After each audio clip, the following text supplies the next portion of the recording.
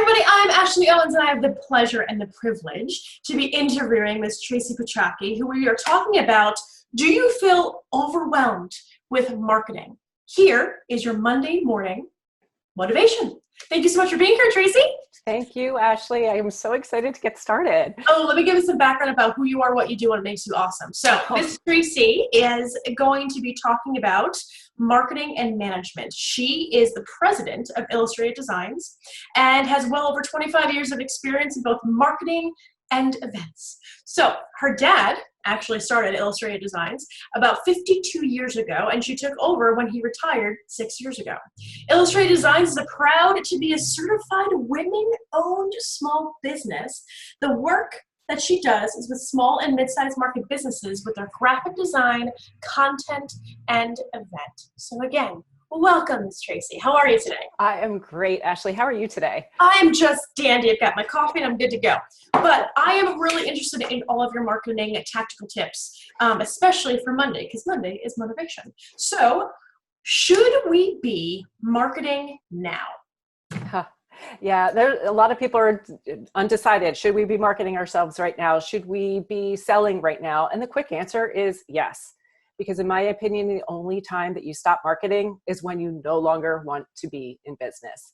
And one of the key reasons that you want to keep marketing is to stay top of mind. So regardless if your audience needs your product or services now or sometime in the future, you always want to stay top of mind. There's also another reason for marketing. It's to build and strengthen your current relationships, because marketing isn't just about attracting new customers. It's expensive to acquire new customers. So you don't want to forget about the existing ones that you have. You can increase your current client retention, increase their revenue with them, as well as get referrals when you stay in touch with your current market. Just to give you an example, I have a client who they have a service that people don't need very often, maybe once every 15 years, okay? And so they've had clients that are very happy, 100% happy with their service, but over time, they tend to forget who actually they hired for that service. So that my client continually has ongoing marketing. They send drip postcard campaigns, as well as have events for their current clients. And that has been increasing their retention rate significantly so that they can sell other products and services to them and get referrals. So should we be marketing the same way that we've always have? Probably not, but it really depends on how you've been marketing in the past. You definitely want to make sure that you've been marketing consistently, and that's through multiple channels and touch points. You probably want to take a look at the analytics and see what's working for you now. So what's working in the past may not be working for you now. And you have to think about how you've been marketing. Obviously, if you've relied on face-to-face events and trade shows, you're not going to be doing that for the time being. But with social media, people are spending a lot more time scrolling. So consider engaging a little bit more and spending more time there. If you rely on email marketing, your message might actually be getting lost. There's an overwhelming influx of emails right now. So that might not be the best method right now.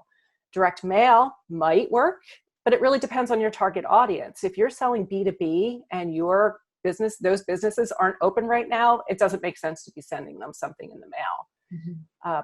I always like to mention there's a rule in marketing. It's called the rule of 7. It takes an average of 7 interactions with your brand before a purchase will take place. So keep that in mind with frequency and the number of marketing channels. That being said, I always caution, you don't want to just put content out there for content's sake. You want to be strategic with your plan and keep a pulse on what's effective. Because there's a lot more on the topic of planning. We'll talk about that on another interview, so really the answer is yes, keep marketing, but probably not the same exact way you have in the past. Well, let me tell you, I've witnessed a ton of marketing mistakes in the last few weeks during this pandemic, even from large companies with giant budgets. Yeah. Do you have any tips to avoid their marketing? Yeah, I've actually seen a lot of those mistakes too. And 3 of the biggest mistakes I've seen is number one, when a company didn't adjust their marketing message, to be empathetic to their audience and what they're going through right now. So I'm not going to mention any company names, but I received an email weeks into social distancing restrictions. And the headline of the email was something along the lines of, "Will you survive the trade show season?" Needless to say, they had to extend an apology very quickly. And of course, we all knew that it was an email that had been scheduled months in advance. But we all, no matter what the size of your company, we all need to have a disaster process in place so that we can not only pivot your messaging quickly, but also have a marketing plan outlined so that you already know the content you've created and scheduled. Another mistake I've noticed is when they've promoted all the good they've been doing for their employees and the community, but it didn't come across as sincere. And if you're not sincere with your messaging, it's more about the look at me instead of the gratitude and the true altruism. And your audience is going to know that. And the particular commercial that I remember, I think it was pulled pretty quickly. I think that the response was overwhelming, that it was kind of inappropriate. But the third mistake I've seen, and by far the largest mistake, is around communication frequency. Both too much frequency and too little frequency. So you have to ask yourself, if you're closed or if you're working on a modified schedule, does your target audience know that? For example, I placed an order on a website a full month ago. Since that order, there have been zero communications from them.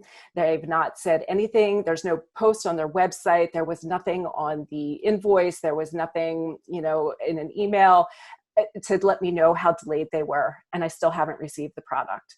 So a simple box on their website or order form would have eased my mind, because we all understand slower response times and delays in distribution, but not communicating that will change the expectations and create a negative response. And on the flip side, like I said, I've had that influx of email messages. If I'm receiving multiple emails on a weekly basis from a company that I don't purchase from often, there's a point where your over communications can become spam.